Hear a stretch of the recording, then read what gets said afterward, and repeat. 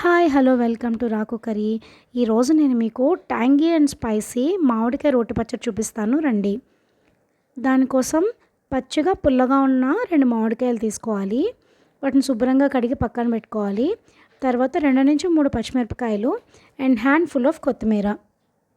So process చాలా simple అండి. సన్నగా కట్ చేసుకున్న మామిడికాయ ముక్కలు, తర్వాత కట్ చేసి పెట్టుకున్న పచ్చిమిరపకాయని వేసి మనము రోట్లో దంచుకుంటూ ఉండాలి. దంచుకుంటూ ఉన్న తర్వాత అవి కొద్దిగా నలిగిన తర్వాత వాటిలోనే తగినంత సాల్ట్ వేసేసుకొని దంచేసుకోవాలి. సో సాల్ట్ వేసుకున్నాక కొత్తిమీర కూడా వేసుకొని మనము చక్కగా మెత్తగా చేసుకోవాలి. దానికి కొంచెం టైం పడుతుంది. సో రియాక్షన్ చూస్తారా మరి? కారంగా బాగుంది. ఓకే. కారంగా బాగుందా?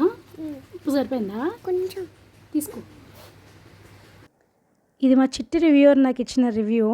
సో టేస్ట్ అయితే చాలా బాగుంది. యమ్మీ అండ్ ట్యాంగీ. మీరు కూడా ట్రై చేయండి. ఎలా వచ్చిందో కామెంట్స్లో చెప్పండి.